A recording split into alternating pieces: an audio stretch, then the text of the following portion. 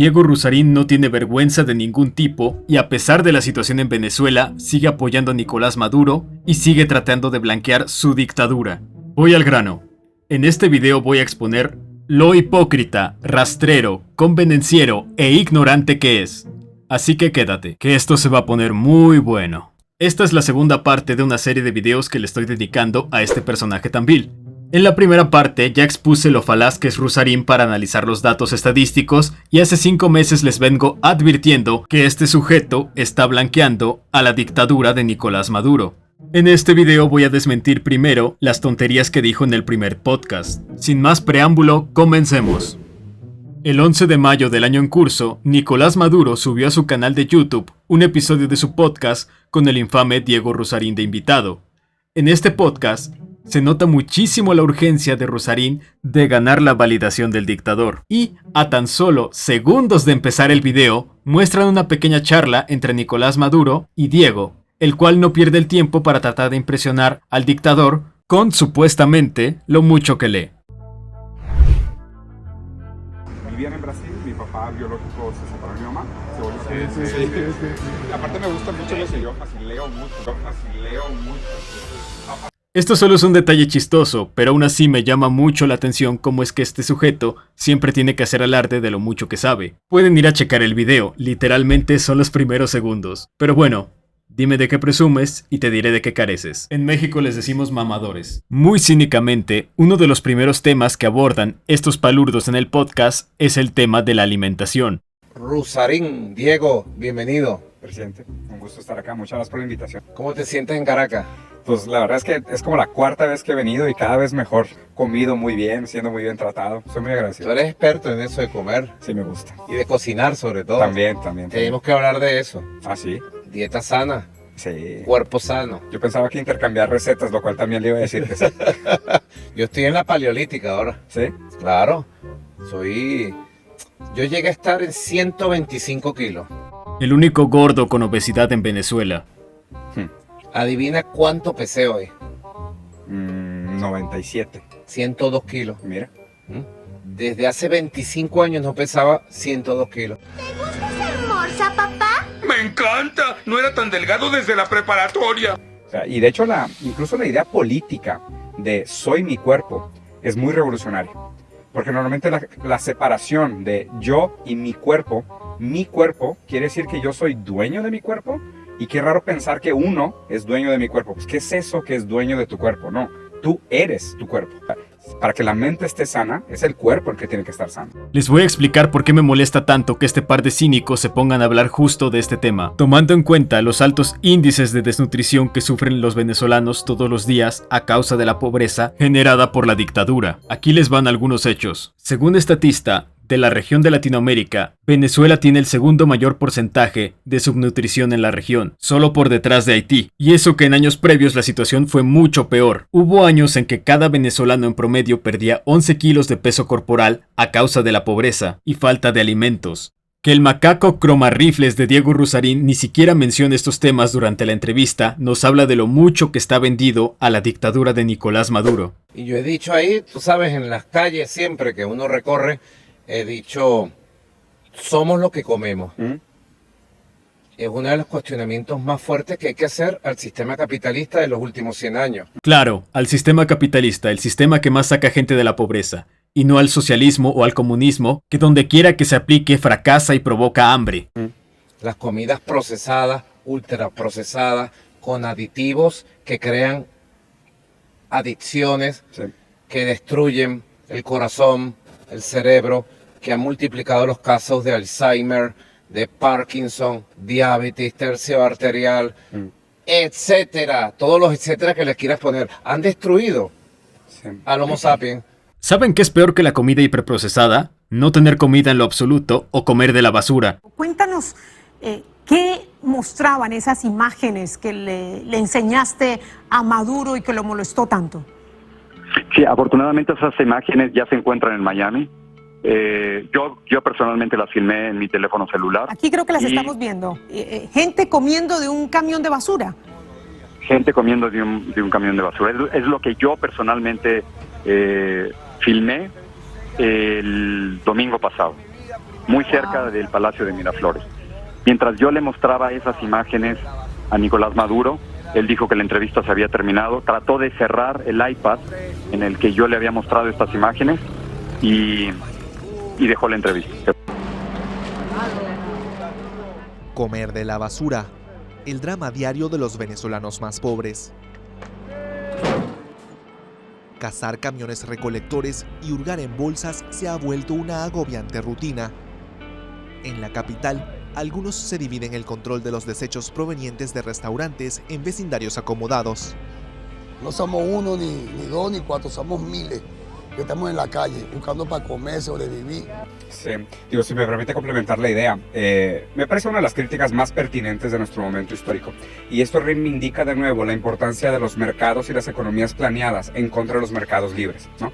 Que esta es una pregunta muy antigua, que además la tenemos que volver a tomar, que es la ventaja que ejerce un mercado controlado y una economía planeada contra una economía libre y el mercado que se regula solo, ¿no?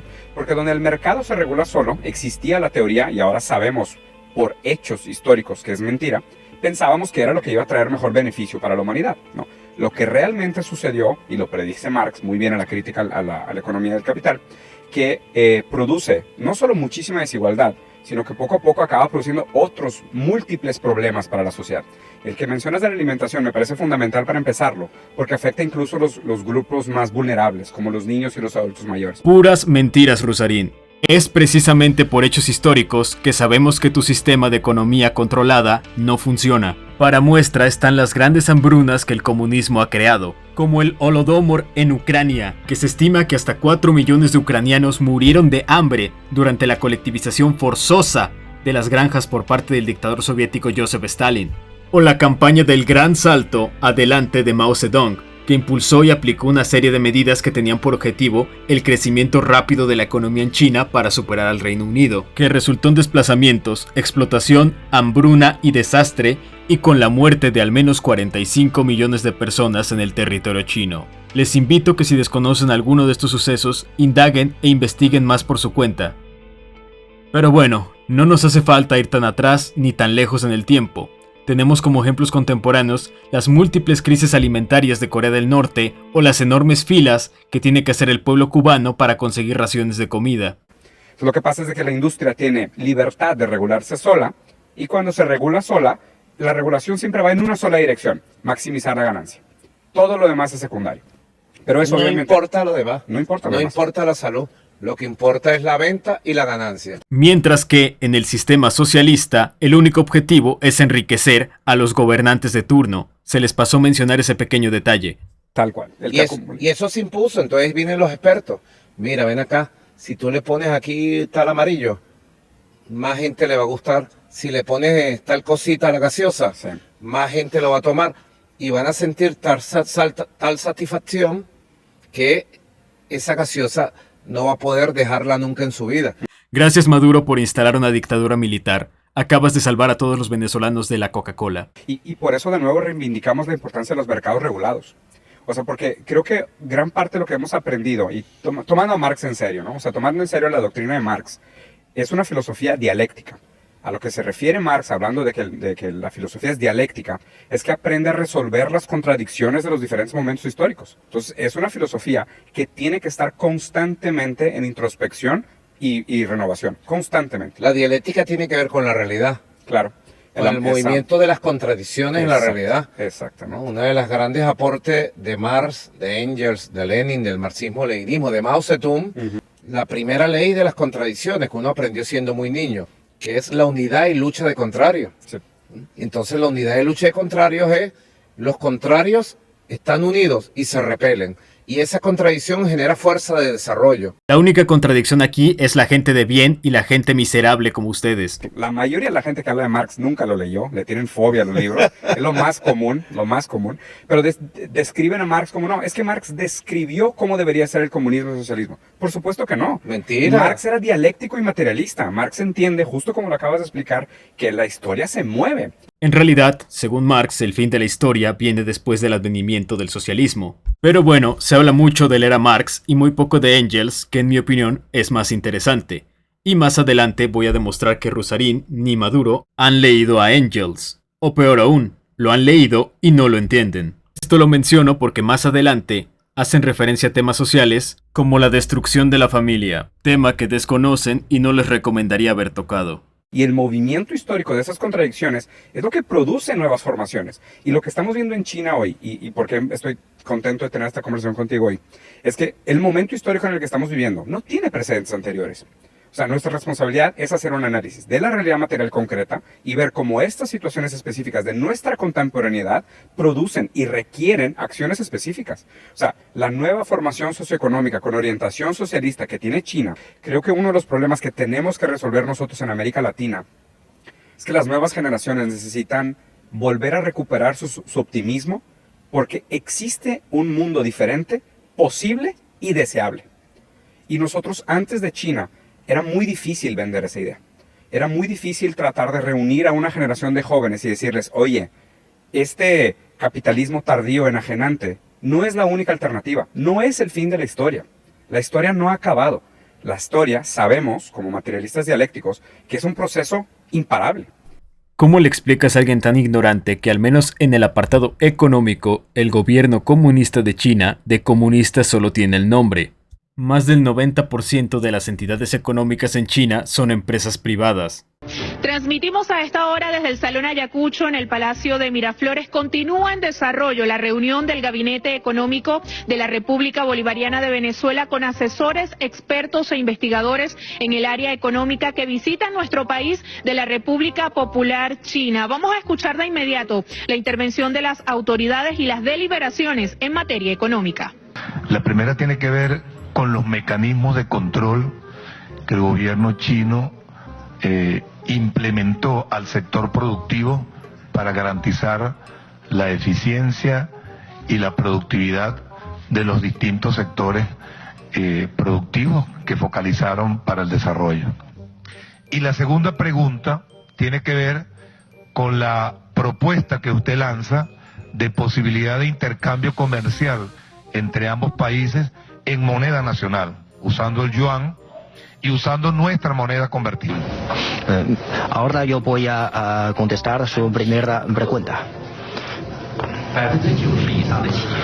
En China, el 90% de empresas en China son empresas privadas. El gobierno no puede hacer un control directo a ellos. El problema reside en el gobierno puede implementar un sistema de incentivo o acicate. Si las empresas privadas para elevar la productividad y mejorar la eficiencia pueden ganar más. Si las empresas privadas pueden trabajar con las políticas industriales del gobierno, el gobierno puede ofrecerle asistencia y subsidio necesarios. Así, algunas empresas buenas que nos necesitamos tanto pueden desarrollar con más rapidez. El jefe de la formación.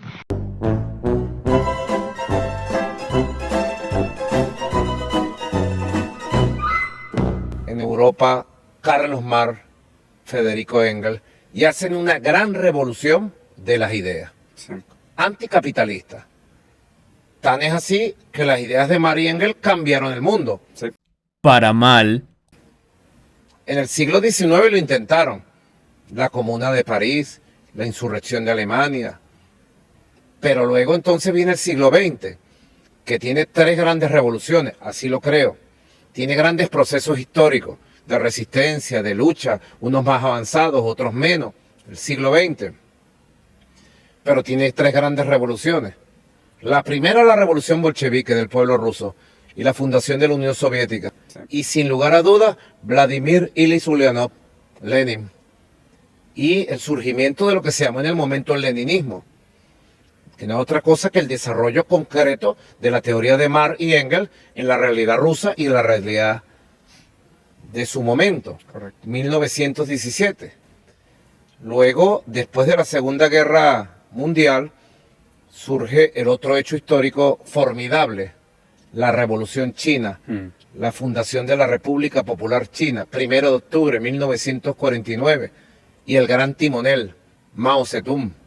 Que no los engañen este par de marranos. Ese supuesto gran timonel que menciona Maduro no es nada más que Mao Zedong, uno de los mayores dictadores en la historia de la humanidad y causante de una de las mayores hambrunas jamás registradas. En 1966 empezó lo que se conoce como la Revolución Cultural de Mao, donde millones de personas fueron perseguidas, acosadas y humilladas públicamente. Además, cientos de miles de personas fueron asesinadas, por el simple hecho de oponerse a la colectivización y al Partido Comunista Chino. Las principales víctimas fueron las élites intelectuales, que al ser las personas más letradas del país, también eran las que más le estorbaban para los planes de su dictadura. Además que se prohibieron otros partidos políticos. El comunismo siempre se instala con la fuerza y con la coacción del Estado. Y el pensamiento de China.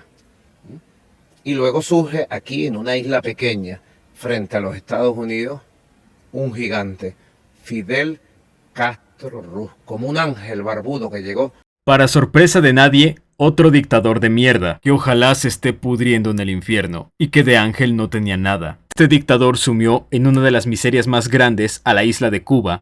Mucha gente muy manipuladora va a insistir en que esto es a causa del bloqueo de los Estados Unidos. Sin embargo, esto es completamente falso. Para comparar, y ajustado a la inflación, la isla de Cuba recibió al menos lo de 3 planes Marshall para que se desarrollara la isla de parte de la Unión Soviética. El plan Marshall fue el dinero que destinó Estados Unidos para restaurar toda Europa. Aún con todo ese dinero, Fidel Castro encontró la manera de hundir a la isla en la miseria. Y claro, mientras él y su familia vivían una vida lujosa. Es la hora que el pueblo cubano sigue pasando hambre y haciendo filas por comida. Es a día de hoy que los socialistas siguen culpando a un supuesto bloqueo de los Estados Unidos, que en realidad es un embargo, que son cosas completamente diferentes de la pobreza de la isla de Cuba, cuando en realidad la isla no tiene ningún bloqueo. Tanto es así que sus principales socios comerciales son China, Brasil y España. Y con un ejército destrozó el dominio imperial y la revolución cubana y el impacto que tuvo en nuestra América y en el mundo. Sí. Fue la combinación de estas 3 grandes revoluciones, Lenin, Mao, Fidel, todavía se siente en el siglo XXI. Lastimosamente así es, en el dolor del pueblo norcoreano y cubano. Y yo le decía esto porque le decía, bueno, ¿por qué el marxismo, el socialismo, la revolución socialista pudo pasar todas las pruebas en China? Y yo le decía a ellos, porque ustedes, con su cultura milenaria, su visión milenaria, pudieron unir sus orígenes, sus raíces, su visión histórica y adaptarla a una nueva metodología científica que es el marxismo. Que no los engañen, si el marxismo fuera una metodología científica, tendría que aceptar que es un fracaso ante la avasalladora evidencia científica de que nunca ha funcionado en la historia. Y esta quizás es la afirmación más ignorante de todo el podcast, y eso ya es decir mucho, y por supuesto que Rusarín no sale a corregir nada. Esto es porque precisamente la revolución cultural de Mao, de la que les acabo de hablar hace unos instantes, precisaba de la destrucción de las raíces del pueblo chino para que la dictadura pudiera progresar. No oíste mal. Literalmente es lo opuesto a lo que el dictador Nicolás Maduro acaba de decir. Esa cultura china tan milenaria fue uno de los obstáculos a los que se enfrentó el tirano Mao. Precisamente necesitaba despojar al pueblo chino de su identidad cultural para poder instaurar su nueva ideología comunista. Fue así que antigüedades, templos, imágenes de Confucio y su doctrina, libros, manuscritos, obras sobre religión, etc., fueron destruidos o desprestigiados por la Guardia Roja. Toda esta eliminación del pasado se tomó en cuenta como un aspecto necesario, citando las palabras de Mao: primero destruye, la reconstrucción vendrá por sí sola. Entonces no, el comunismo no se instaló en China gracias a su cultura milenaria, sino a costa de esta. Un gran despliegue de ignorancia de parte de estos dos macacos. Está siendo instrumentalizada por los intereses geopolíticos americanos, es que ellos tienen conciencia del peligro que representa una unificación latinoamericana. Entonces, ahí estoy completamente de acuerdo contigo. Además, es importante que la gente recuerde que los procesos revolucionarios son de décadas y siglos. O sea, no son cosas que pasan de la noche a la mañana. Obviamente, la cantidad de resistencia que esto es lo interesante de leer a Marx, ¿no? al hablar de marxismo, materialismo, ¿no? Se habla de cómo las condiciones materiales producen superestructuras ideológicas. Entonces, muchas veces estas figuras que son muy flotantes del poder hegemónico americano, nada más, o sea, no es que ellos defendan una ideología, perdón, me salió el portugués, no es que defiendan una ideología, es que ellos más bien actúan los intereses del capital. Correcto. O sea, el capital actúa a través de ellos y ellos ejercen la presión del capital, del dinero, la intención del capital como fin en sí mismo, cueste lo que cueste, las vidas que cueste. Nosotros, por otro lado, lo que tenemos que hacer es tener la suficiente resistencia, soberanía y visión para poder construir condiciones materiales que nos permitan sobrevivir este momento de cambio. Y justo por qué me parece que de nuevo este debate es más vigente que nunca, ¿no? O sea, la gente que dice, ¿por qué no hemos superado a Marx? Porque vivimos todavía en un metamodo de producción que es capitalista. Todo economista serio ya ha superado a Marx hace rato. Incluso dentro de los círculos de izquierda ya no es tan relevante como lo era antaño, siendo temas como la raza y el género los predominantes y no la clase. Mientras no superemos el capitalismo, hay que seguir leyendo a Marx. Es indispensable. Y sus ideas siguen teniendo una vigencia Más allá del impacto histórico de esta ideología, y en algunos círculos de izquierdas de antaño no tiene ninguna vigencia. Y el marxismo ha sido, de manera filosófica, económica y empírica, desmentido múltiples veces. ¿A qué voy con este tema? Que si nosotros no entendemos cómo las condiciones materiales producen superestructuras ideológicas, es muy fácil caer en el juego de la ideología. Ok, entonces hablemos de ideología. Y es que, a diferencia de lo que menciona Rusarín, el poder hegemónico no solo actúa por intereses del capital entendido como la acumulación de este, sino que en efecto sí defiende ideologías. Y esto, a medida que lo piensas, tiene más y más sentido. Imagina el perfil de una persona no millonaria, sino billonaria. ¿Crees que su principal anhelo sea conseguir más dinero? ¿O busque otra manera de sentirse satisfecho y trascender? Los metacapitalistas billonarios también tienen ideologías que quieren defender. Y si pueden usar la ingeniería social para hacer un cambio que mejore su mundo, ojo, su mundo, no el mundo, lo van a hacer. Para ellos, cambiar la cultura de las masas es más importante que ganar más dinero. Bajo esa óptica podemos explicar cómo es que hay muchas compañías multimillonarias que cada año sacan productos cargados de ideología política a pesar de que eso los condene a que su producto fracase económicamente. El famoso Get Woke, Go Broke, o en español, ponte progre, hazte pobre. Esto no puede explicarse desde la óptica economicista y simplista que plantea Diego Rusarín, de que el poder hegemónico solo obedece a los intereses del capital, pues vemos millones de dólares en propaganda ESG despilfarrarse para mover agendas políticas. Y ser secuestrados en el juego de la ideología, sobre todo para los jóvenes, es sumamente peligroso. O sea, la esperanza no es algo que simplemente se impone. La esperanza se tiene que entender con pruebas materiales. Y hoy más que nunca tenemos pruebas materiales de que las economías controladas, el socialismo con características chinas o con características latinoamericanas de cualquiera una de las 7 generaciones de la izquierda, presenta para nosotros una oportunidad de supervivencia. Como ya les expliqué previamente, las economías controladas y el socialismo, tenemos pruebas de sobra de que solo conducen a la pobreza y al fracaso. Porque la definición la disyuntiva, la paradoja de nuestra generación es socialismo o barbarie.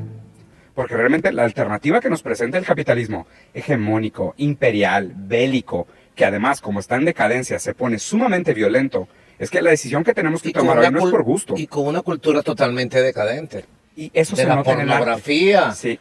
de la drogadicción, Sí, el fentanilo. autodestructiva y de muchas otras cosas. Claro. De la disolución del núcleo familiar. Sí. Y todos esos malestares que enfrenta la sociedad no son causados ni por el capitalismo ni por el liberalismo, sino por el progresismo y la ideología woke, es decir, por la propia izquierda. Izquierda post-marxista si quieren, pero a fin de cuentas, izquierda. Por ejemplo, la drogadicción. Las ideologías de derecha, si son conservadoras, te van a decir que las drogas deberían prohibirse y alejarse de los núcleos familiares, mientras que si son liberales, que cada individuo debería hacerse responsable de lo que consume, pero nunca se promueve desde el Estado el consumo de drogas. Son las ideologías de izquierda las que promueven la legalización mientras mantienes un sistema público de salud, lo cual quiere decir que uno se droga y las consecuencias las pagan todos. Si fuera por mí, Méndez, vos te querés drogar, hacé lo que quieras, Daniel, drogate, hacé todo lo que quieras, mientras que yo no tenga que pagar la cuenta. ¿Me comprendés? O sea, vos te querés reventar a droga, hacelo, mientras que yo no tenga que pagar la cuenta. Ahora, cuando vos tenés Estado, que sea además Estado de Bienestar, que además se dedica a la salud. Si yo tengo que pagar la cuenta, no quiero que te drogues. ¿Me comprendés? Claro. ¿Por qué? Porque no quiero pagar la cuenta. Entonces, son las restricciones que empiezan a tener la vida real. Pero entonces no te importa él, te importa vos. Obvio que me importa mi propia persona. Es decir, Pero vos podés estar bien si él está mal.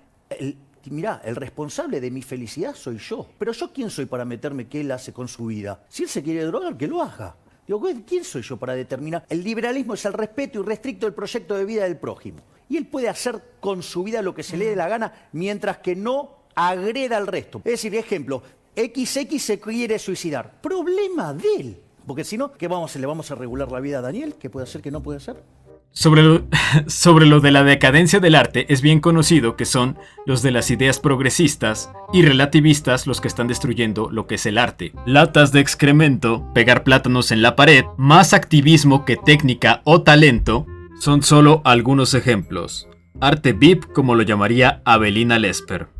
Y sobre el tema de la destrucción de la familia, más adelante en el video les doy todos los detalles. Aún así, creo que es bastante evidente cuáles son las ideologías que activamente están tratando de destruir a la familia tradicional. De la disolución social, ¿ves? Son una cantidad de cosas que uno ve y dice, ese mundo de ustedes no lo queremos. Claro. Recientemente te cuento una experiencia personal. Un grupo de jóvenes venezolanos fueron a un país de Europa, no lo voy a nombrar, de gran desarrollo económico, financiero, monetario, de gran poder tecnológico. Y vinieron muy tristes. Ellos iban muy ilusionados. Vinieron muy tristes de ese país por lo que vieron en las calles. La juventud del país destruida. Sí. En los postes de ese país, de esas ciudades que recorrieron, hay como unos envases así para que los muchachos metan las jeringas con que se meten la droga en las calles. De nuevo, de aseguro está hablando de los países europeos más progres. Y entonces cada vez hay más zonas de tolerancia para el consumo de las drogas. Muchachos en las calles temblando, enloquecidos. Sí. Y entonces están atrayendo migración de América Latina y de África. Porque ya su juventud o no se ha formado o se ha autodestruido. De nuevo, todo gracias a las ideologías woke que destruyen a la familia y a la natalidad. Entonces yo digo, destrucción de la juventud, autodestrucción, destrucción de la familia, los valores de la familia, los valores del amor, los valores de las ganas de vivir, del derecho a la vida. Ellos son la alternativa, ellos, ese imperio colectivo del norte, como le dicen por allá, es la alternativa, hoy más que nunca, ¿o no? No, jamás. Y entonces Rosa Luxemburgo vuelve a venir a decirnos lo que tú acabas de decir, Diego. Socialismo o barbarie. Exactamente. Humanidad o muerte, pudiéramos decir. El comunismo es peor que la barbarie. Literalmente nos quieren llevar al salvajismo, como voy a mostrar más adelante. Tal cual. Y creo que es muy importante lo que mencionas, porque justo, o sea, a mí el fenómeno de la farmacodependencia me parece muy interesante analizar, porque la farmacodependencia de alguna manera se volvió la única alternativa con la cual la juventud puede tolerar la realidad. Esto es lo más deprimente de todos. O sea, no es que son adictos a la droga porque tienen personalidad débil. No es eso. O sea, el estilo de vida que tienen es tan denigrante, tan enajenante, usando las palabras de Marx. No tienen esperanza, no son capaces de imaginar un futuro más próspero. Lo único que pueden hacer es escapar. En realidad, los únicos países sin esperanza es en el que los gobernantes ya han aniquilado los sueños de su población y tienen que irse a otros lados. Aún así, esto no es excusa para no hacerte responsable de la decisión personal que tú tomaste de haberte drogado. La droga funciona como un tipo de escape, y cualquier droga, o sea, tanto el alcoholismo como la drogadicción, o sea, las drogas duras, incluso esta mentalidad evasiva de escaparte al mundo de la fantasía, es porque el mundo material no te ofrece esperanza. Si naces en Corea del Norte o en Cuba, en efecto, no lo hace. Y como ellos materialmente no están dispuestos a mejorar las condiciones de vida práctica de la civilización, los jóvenes escapan. Y además un agotamiento de la espiritualidad, claro. Porque el ser humano no solo es materia, el ser humano sobre todo es espíritu. Yo creo en creencias. Yo soy creyente en Dios, yo creo en Dios. Soy marxista y cristiano y bolivariano. Uno de mis mejores amigos español, que también es marxista, comparte tu postura. Correcto. Sí. Marxista, cristiano de Cristo, bolivariano y en resumen, pues, chavista. Decir chavista es decir cristiano de Cristo, marxista, bolivariano, independentista, antiimperialista hasta el último átomo de mi cuerpo. Antiimperialista excepto cuando se trata de Rusia. Este fanfarrón de Nicolás Maduro está muy lejos de ser cristiano, solo utiliza la fe para manipular. Y el ser humano fundamentalmente es pensamiento, es espíritu. El bienestar se construye como un conjunto de elementos que te rodean, pero sobre todo lo que tú eres, lo que piensas, cómo vives. Hay quienes hablan de que el mundo ha entrado en una nueva época. Y una de las características es la ansiedad, la depresión. Se habla de la generación ansiosa. Hay quienes han hecho teorías sobre la generación ansiosa. ¿Saben cuál es una muy buena cura para la ansiedad? Saber que tienes la certeza de que vas a comer el día de mañana. Y para la depresión, no vivir en la dictadura de Nicolás Maduro. Entonces hay un conjunto de elementos que tienen que ver con la espiritualidad, con la psicología individual, con la psicología social, que te van conduciendo a una sociedad de aislamiento, de soledad, que son las condiciones para que quienes planifican las cosas, las mentes del imperio, pongan la droga, pongan el daño, pongan la moda, conviertan en moda el autodaño, la autodestrucción. Y creo que en ese sentido conecta muy bien con algo que comentaste antes sobre la destrucción del núcleo familiar. Que como ya les dije es causado por las ideologías de izquierda. Porque la tendencia de la lógica del capital es una tendencia de la atomización de la realidad. O sea, es pasar de cualquier cosa que tenga un entendimiento colectivo del individuo a pasar a un entendimiento profundamente fragmentado e individual de la persona, ¿no? Del individuo soberano, yo independiente, yo, iPhone, o sea, todo es yo, narcisismo total, ¿no? Diego Rusarín no solo es ignorante con las ideologías de izquierda, sino también que no ha leído a los autores que se contraponen a él. Nada de capitalismo, ni de las ideologías políticas que lo engloban, como el liberalismo. Ojo, no necesitaba investigar mucho. De hecho, el economista español Juan Ramón Rayo tiene un libro para precisamente de manera sencilla explicar los 10 principios básicos del liberalismo. Literalmente, es la página 11 del primer capítulo. Individualismo político. Principio número 1. Los individuos son sujetos de derecho. Dice lo siguiente. El individualismo político propio del liberalismo no debe confundirse ni con el atomismo social ni con el egoísmo ético, tampoco con el subjetivismo ético. El atomismo social sostiene que la sociedad solo está compuesta por individuos y que cada uno de ellos interactúa con el resto sin ningún tipo de influencia externa.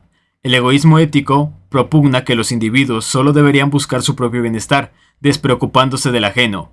Y el subjetivismo ético afirma que las proposiciones éticas solo expresan preferencias personales de cada individuo y no describen, en ningún caso, la realidad objetiva alguna que sea independiente de la percepción de cada sujeto.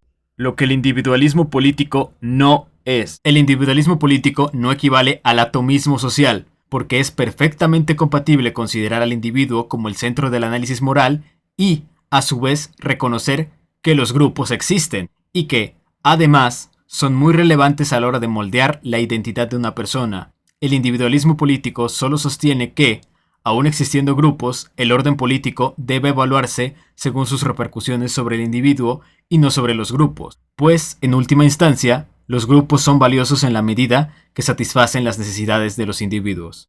El capitalismo no sería el causante del atomismo social. Cuestiones básicas que Rusarín no investigó. Un algoritmo que solo te habla a ti, que solo te da lo que tú quieres, que te vuelve una persona ensimismada, ¿no? Antipática, antisocial, desconectada de la realidad. Y creo que el trabajo de la izquierda es ir hacia la otra dirección. ¿No? La izquierda es que yo, mi familia, mi estado, mi ciudad, mi país, mi soberanía, mi continente, mi comunidad, mi mundo. O sea, mi cultura, mi identidad. Claro, yo como resultado de una serie de factores que me anteceden. Luchar por la independencia propia es luchar por la independencia del otro. Entonces, en ese sentido, nosotros tenemos que luchar en contra del individualismo. Tenemos que luchar siempre por la libertad de los más débiles, por la expresión de los que no tienen voz, por el bienestar y los recursos de los que no lo tienen. O sea, siempre pensar hacia la dirección de la colectividad en contra del individualismo sistemático. Y el problema es que esa lucha la hemos perdido sistemáticamente desde hace años, ¿no? Margaret Thatcher famosamente dijo, no solo there is no alternative, Tina, no hay alternativa, pero también dijo, no existe la sociedad, solo existen los individuos y sus ambiciones, ¿no? Cuando al contrario, ¿quién soy yo sin un pueblo? El ser humano es ser humano, en el pueblo. Pienso yo, si socialmente se realiza, si tiene un núcleo familiar donde crece y luego donde construye. Y si tiene una comunidad, sobre todo el tipo de sociedad que tenemos.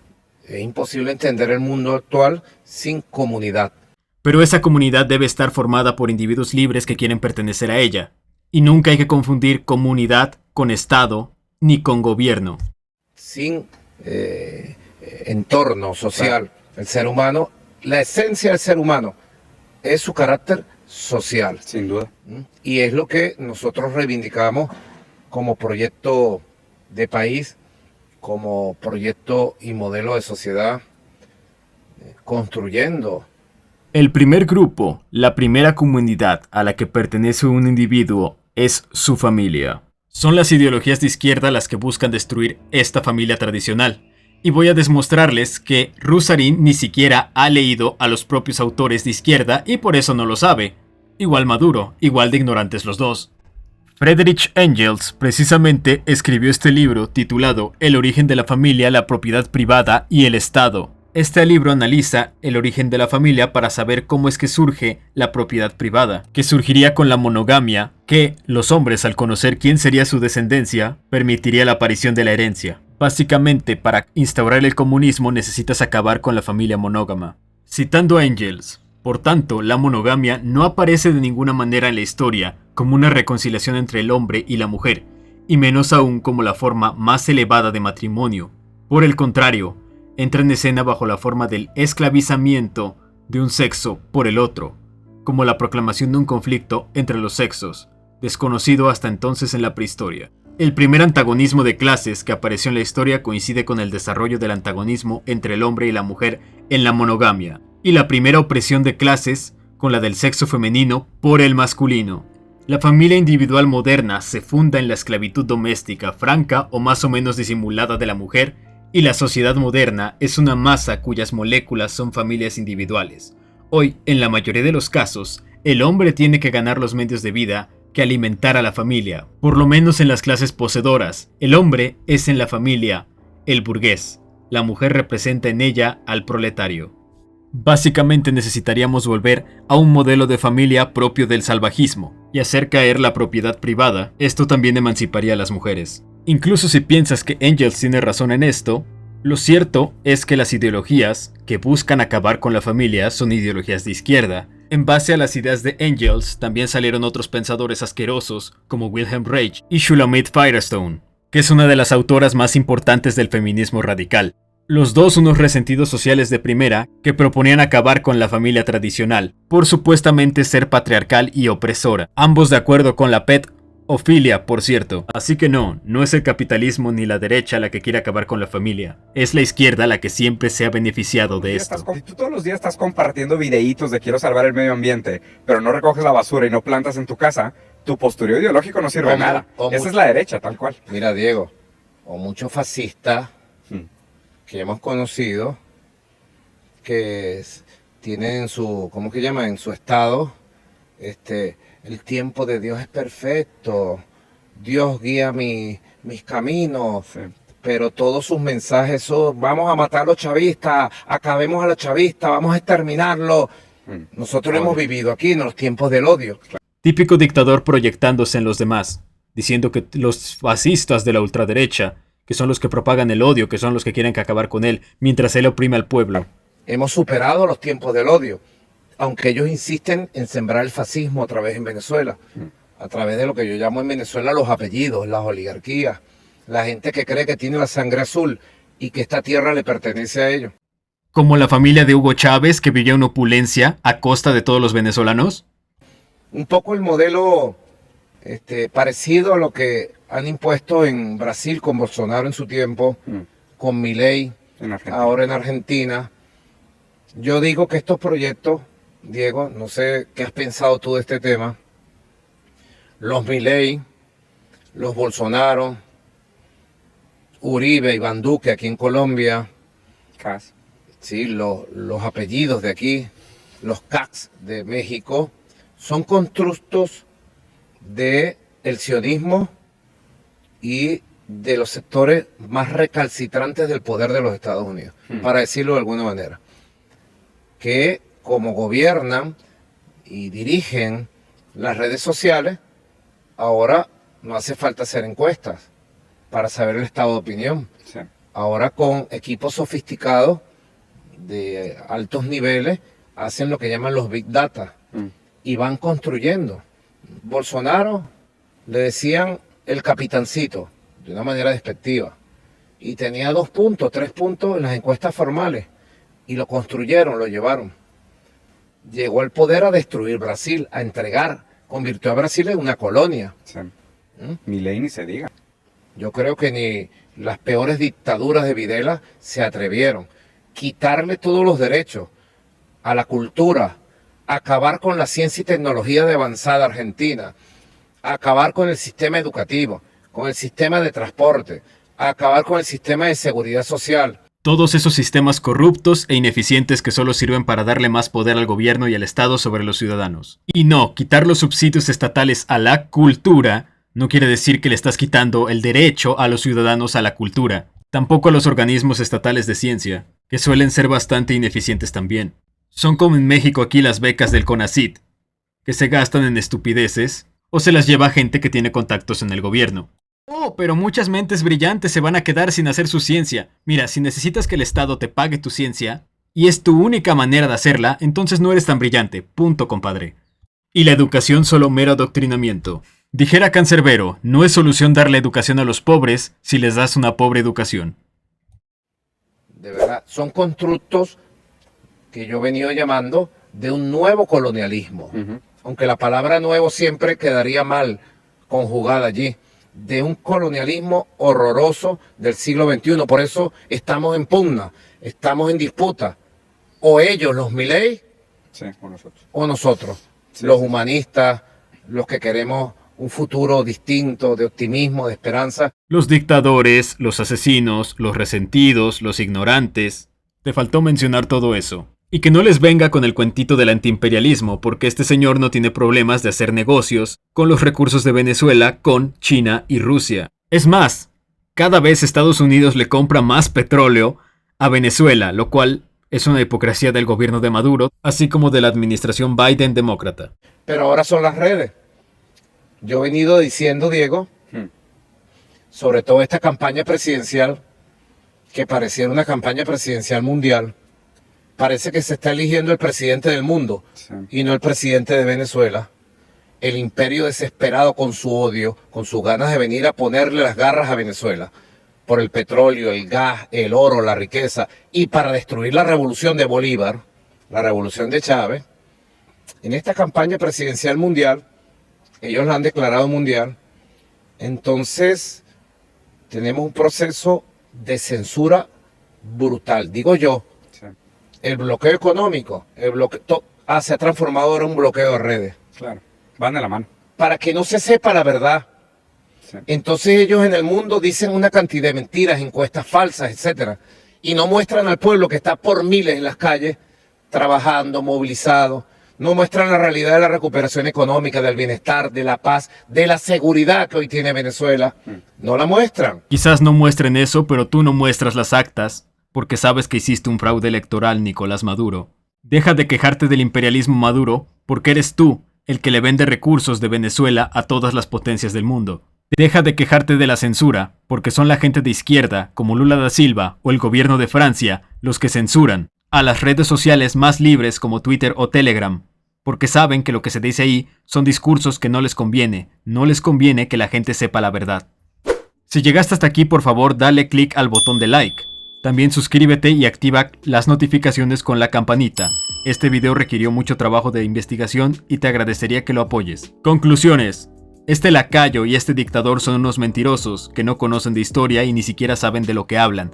Cínicos y tienen una inteligencia muy baja incluso para manipular. Tanto así que en círculos de izquierda los quieren a estos dos payasos. Lo que me pone de verdad muy mal y triste es que la gente no se haya dado cuenta antes en mi país, México, que Diego Rusarín era tan falaz, tan fanfarrón y tan idiota. Eso habla muy mal del intelecto del mexicano. Y todo a raíz de que le ganó un debate al payaso de Carlos Muñoz. Pero bueno, para esta gente supongo que es más importante y más peligroso los coaches de vida que las dictaduras. Muchas gracias por llegar hasta el final del video. Si tienes algún comentario, compártelo aquí abajo. Yo he sido Idre. Hasta la próxima.